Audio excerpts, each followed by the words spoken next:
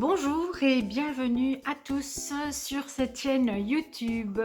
Je suis Anne et vous pouvez me retrouver avec le pseudo Anna Noudel sur les réseaux sociaux Instagram, Ravelry et bien sûr sur YouTube.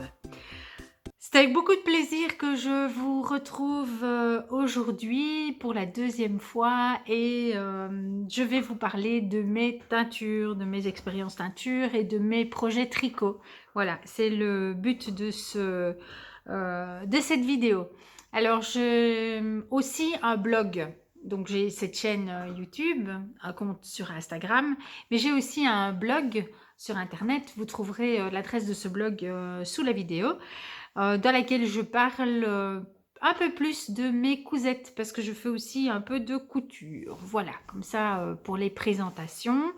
Vous retrouverez, habituellement vous retrouvez sous mes vidéos les références de tout ce dont je parle. Ben, aujourd'hui, en clair, vous aurez surtout les références des patrons dont je vais vous parler puisque les fils que je vais vous présenter, ce sont les fils que j'éteins moi-même pour mes différents projets de tricot. Donc voilà, alors je vais commencer par quoi? Ouh, je sais. Je vais commencer par revenir sur la teinture à l'oignon. Donc, je vous ai déjà présenté ma teinture à l'oignon jaune. Voilà, alors je vous ai déjà dit, vous la voyez beaucoup plus orangée qu'elle n'est dans la réalité. Elle est beaucoup plus moutarde. Et je ne sais pas comment faire, c'est absolument impossible de vous la montrer dans sa vraie bonne couleur.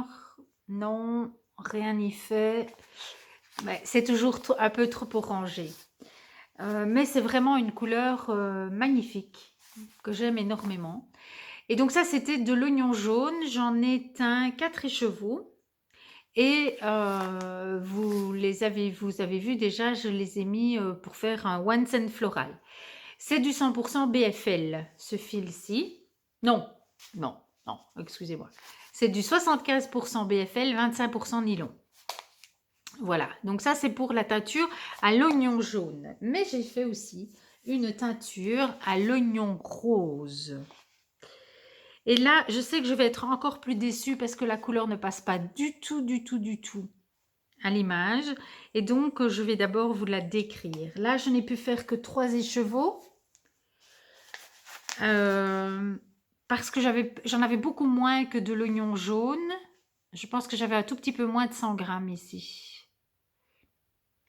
Il faudra que je reprenne mes notes. J'ai peut-être déjà fait un article de blog. Si c'est pas fait, je le ferai. Où vous aurez les proportions exactes que j'ai utilisées. Donc, oignon rose. J'ai teint un très chouette fil. 70% baby alpaga, 20% soit 10% cachemire. Autant vous dire que c'est très doux. Je n'ai teint que 3 écheveaux. J'aurais pu tenter 4 parce que j'ai finalement fait un écheveau en bas d'épuisement. Mais je ne suis pas déçue parce que j'aime trop la couleur. Alors, c'est un vert. Bizarrement, hein, on est surpris quand on parle d'oignon rose et qu'on arrive sur du vert, mais c'est du vert. C'est un vert doré qui tire vraiment sur le bronze. Ah ben finalement, vous l'avez pas trop mal ici. C'est surtout là, voilà. Là, c'est plutôt la bonne couleur. Ah, je suis surprise parce qu'en photo, c'est un enfer à filmer, à photographier, mais là, vous avez la bonne couleur. Ils sont tous les 3 identiques, hein. Donc c'est rigolo parce que vous, on dirait presque un fade. Alors quand j'approche, celui-là est plus juste. Voilà. Bon.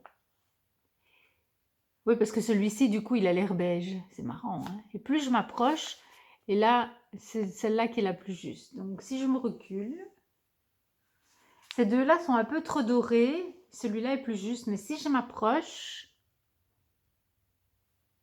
c'est celui-là le plus juste. Voilà.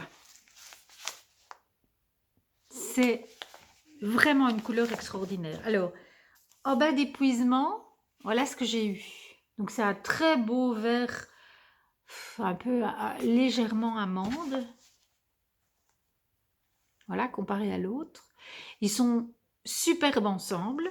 Et si vous vous souvenez, dans mon cadeau de mon amie Valérie, j'avais reçu de Palaluna 7 écheveaux de Palaluna. Voilà.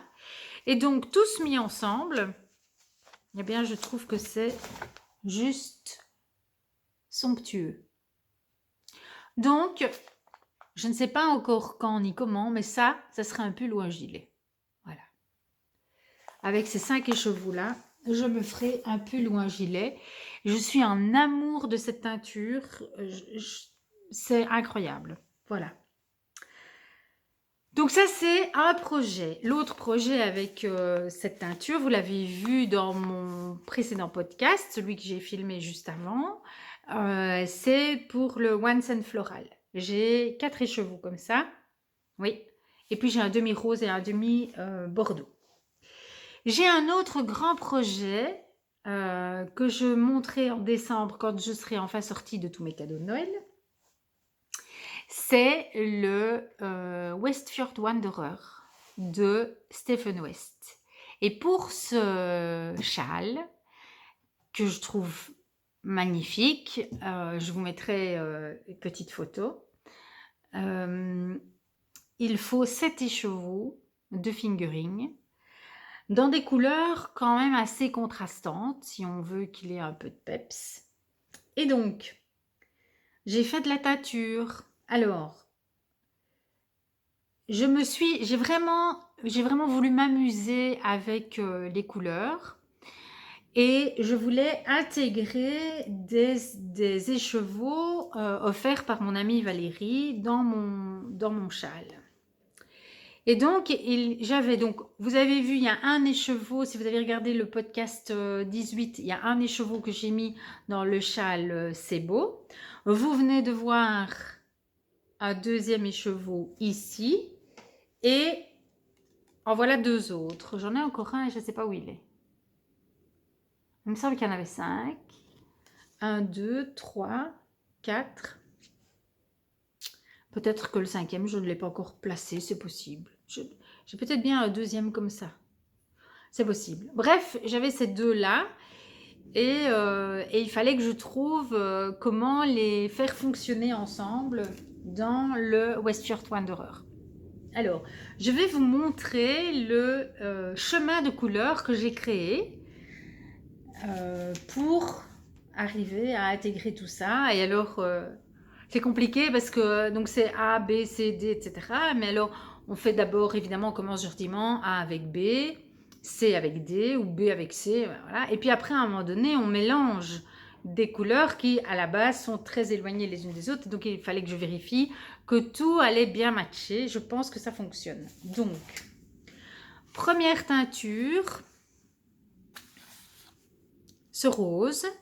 Et donc, vous voyez 2 écheveaux parce que, en fait, ce sont 2 écheveaux de lace, un mohair et un baby alpaga, soit cachemire, que je vais tricoter ensemble. Voilà. Voilà. Et donc, ce rose, c'est le rose rue des Églantiers. C'est celui que vous trouvez aussi ici. Là, c'est le 2e. Donc, ici, là. Voilà.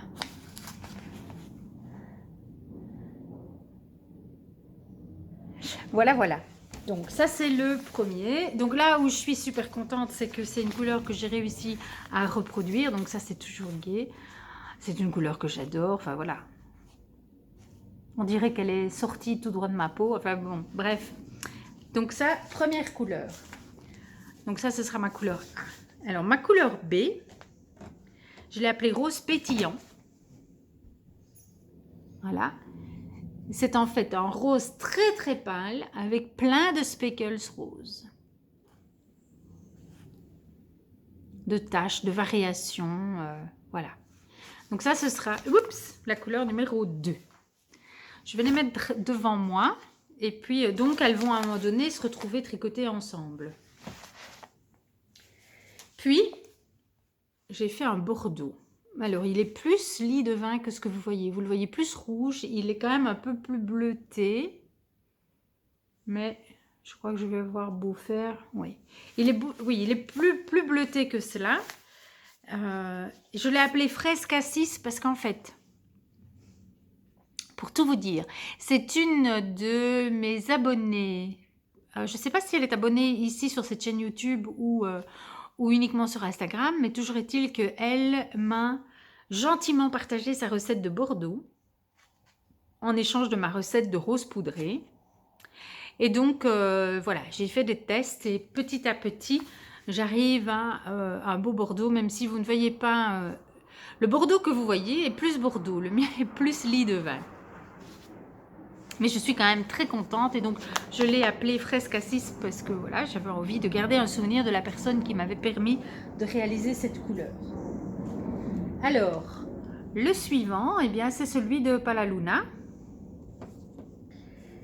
Ensuite, je garde un écheveau écru, naturel. C'est BFL soie et cachemire. Donc, autant vous dire que c'est une couleur qui brille et qui est très très douce. Voilà. Ensuite vient le deuxième Palaluna. Donc, je vais faire des couches parce que sinon je ne vais pas y arriver. Et je termine avec mon Stabilo, toujours en deux laces mises ensemble. Voilà. Voilà. Et donc, si je les mets toutes ensemble, hop, hop, hop, voilà ce que ça donne. Oups! Et oui, je recommence. Ce n'est pas grave, faire et défaire, c'est toujours travailler. Bon, je vais essayer de me souvenir dans quel ordre je les mets. Là, comme ça, comme ça, comme ça, comme ça. C'est pas simple, hein? Il y en a vraiment beaucoup. Là, est-ce que je vais arriver? Hop, hop, hop, hop, hop, hop, hop. Voilà.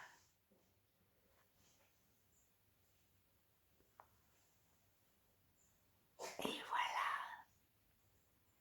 Voilà. Et donc ça, ce sera un futur Westfjords Wanderer de Stephen West. Autant vous dire que j'ai hâte d'être en décembre, n'est-ce pas? Voilà, voilà. Donc, ici, il me reste à vous présenter un deuxième Bordeaux. Donc, c'est la même recette, mais c'est sur deux bases différentes. Donc, celui-là, c'est celui que je vous ai montré tout à l'heure pour le châle. Et voilà, même recette, mais sur une autre base. Donc, ceci, c'est la base Merino Nylon Stellina. Et celui-là, c'est Merino Nylon Cachemire. Et c'est fraise cassis aussi, donc c'est la même recette. Voilà. Alors, celui-ci, j'ai un projet déjà qui va s'articuler... mais je dois encore faire des teintures. Donc ça, ce n'est que le premier écheveau.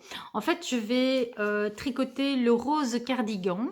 L'eau demoiselle est occupée à le tricoter pour le moment. Elle a lancé un cal, etc. Malheureusement, moi, je ne peux pas participer à son cal parce que c'est pas le moment pour moi de me lancer dans ce tricot-là. Mais voilà, j'ai prévu de le faire à partir du mois prochain.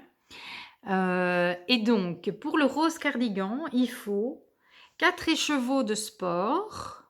Non, pas 4 écheveaux, 4 couleurs. 4 couleurs de sport qu'on va tricoter en fade.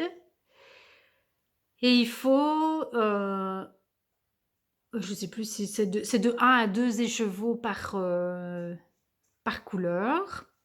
Et donc, moi, dans le stock que j'ai, pour faire du sport, eh bien, je vais associer alors, cette qualité-là.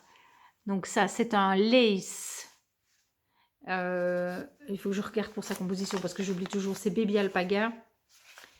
Hop, hop, et je ne la vois pas ici. C'est Baby Alpaga soie cachemire.